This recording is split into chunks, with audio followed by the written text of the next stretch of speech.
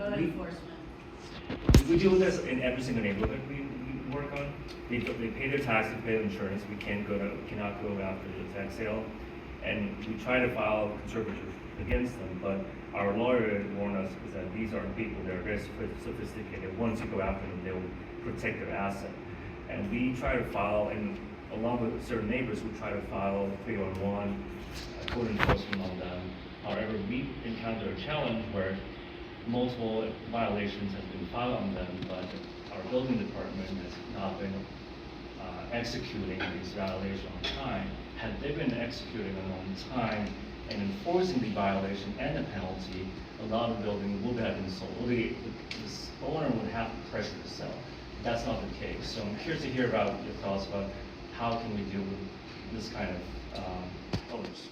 Yeah, so in the conservatorship process, there's something called conditional relief, which a property can be considered abandoned or sufficiently abandoned to be worthy of conservatorship petition being approved, even if taxes are paid. My next door neighbor in Shadyside, I have a duplex that I've been for 20 years. My next door neighbor has had a vacancy of what was supposed to be a triplex for 35 years. I finally just broke down and said, I can't deal with the raccoons anymore. I mean, I just can't do this anymore. And they're really running these tax liens. The guy does take care of the taxes. Code enforcement on the other hand, I call them, my neighbors call 311 all the time.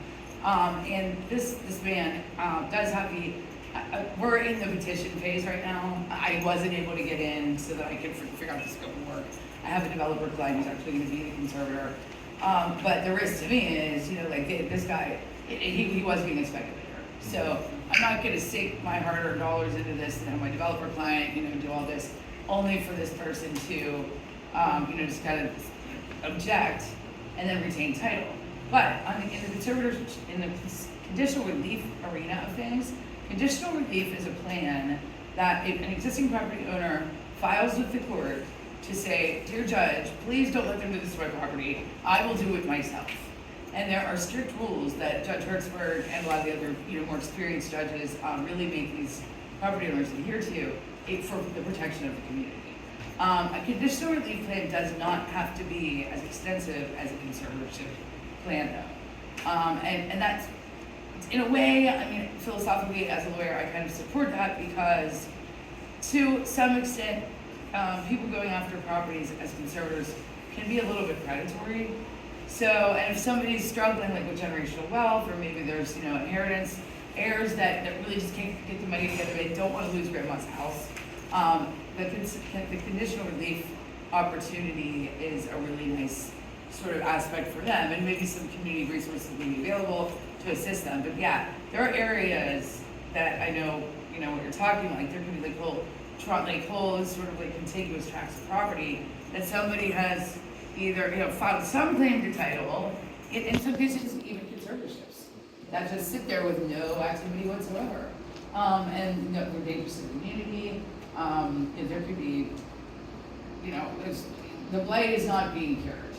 I've actually been in court a couple of times where, in listening to other hearings and waiting for my hearing to start, where existing conservators, somebody tries to file conservatorship, despite there already being conservatorship. Conservator. Yeah, a conservator. Legally, procedurally, I don't really know how that works. Usually the judge presiding would say, okay, great, let's kind of have a status conference and see what the best way forward is. Who actually has the resources to do this? Who's the most likely candidate to do this with the responsibility to the community in mind? And also, sometimes proof of funds and proof of track record are something that a judge will consider when somebody like you, your problems that you're facing with these speculators are really inhibiting economic growth and stability of the community. So it sounds like the way that the judge would rule in a case where the existing owner steps up and says, I don't want this to happen, I'm going to do something. They judge that and award that on a case-by-case basis. They don't necessarily say, oh, you're the original owner, do these three things and you can keep your property. Is that true? Yes, that is true. The one downside, if you're an owner and you kind of or if you're the original owner or someone that somehow gets the power to do the conditional relief, you have to pay the legal fees of the petitioner, and you also have to pay let's say you come along at the 11th hour and the conservatorship project is already almost done. You have to pay for all of the work that you might not have personally chosen to do as the property owner, or even like a lien holder that might have been made aware of this pending action later in the game.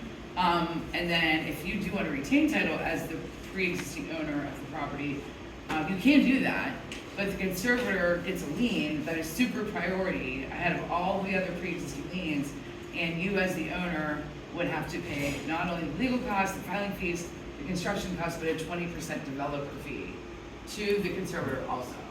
I like that in a way because the conservator is taking a lot of risk and they deserve to be compensated, and I don't know how many people would try if that incentive was not there. So it sounds like it might actually be the best case scenario if the original owner steps up and does the stuff instead of forcing a neighbor or whoever, the petitioner, conservator, to do the work and then get compensated for it afterwards. Sounds like maybe there's less risk. Yeah, and also sometimes judges do award the 20% developer fee, even if the person, the pre-existing owner, does move forward with a conditional relief, because the theory is that had the petitioner not asked the court for permission, nobody would have done anything. So it's a little bit punitive, in a nature, like from a legal, philosophical perspective, I guess, but it also incentivizes people to take care of their own property, or they could have to sort of pay these, punitive 20%. I think also, like, land banks don't, the one thing to say is that land banks don't have any special tools to deal with people who are irresponsible beyond code enforcement. Code enforcement is good. Permit denial through Act 90 is another tool, but what you're describing is why you need land banks to be proactive in a community. Because once you have a speculator who has control, right? Control is king. If you own the property, and land banks, unlike governing bodies, can be choosy, right? Like, I do not have to sell to the highest bidder. My board decides who gets to buy the property, and they make those decisions based not always on money. Often it's based on end use, and what is appropriate for the community.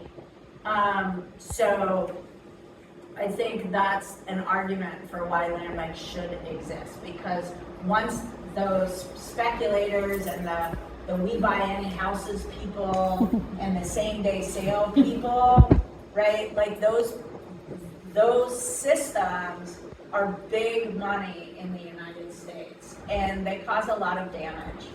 Yeah. Are there any other questions before we wrap it up? Just a question for the Philadelphia folks. That anecdotal use of conservatorship, is that a thing that happens more often on your side of the state in Philly? Or did I just make that up? Here's something that I need to say. So, the land bank in Philly is part of a quasi-governmental agency. They fit under PHTC, formerly the Philadelphia Housing Development Corporation. That's tasked with more of the Act 135 work, and I'm not sure how much of a role they play in that. And in fact, it's been part of recent legislation where it's been discussed more.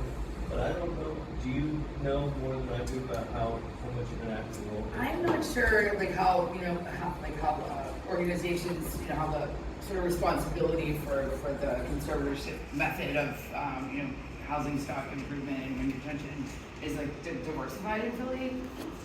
One thing that I want to add though that I think is kind of important that I forgot to mention, I defended a case in Philly 2 years ago, and the lawyers who were representing the conservator imparted to me that in Philadelphia, it's not that you don't necessarily, that whole end game of making sure that your appraisal is not significantly higher than, it's not significantly higher than your conservator lien.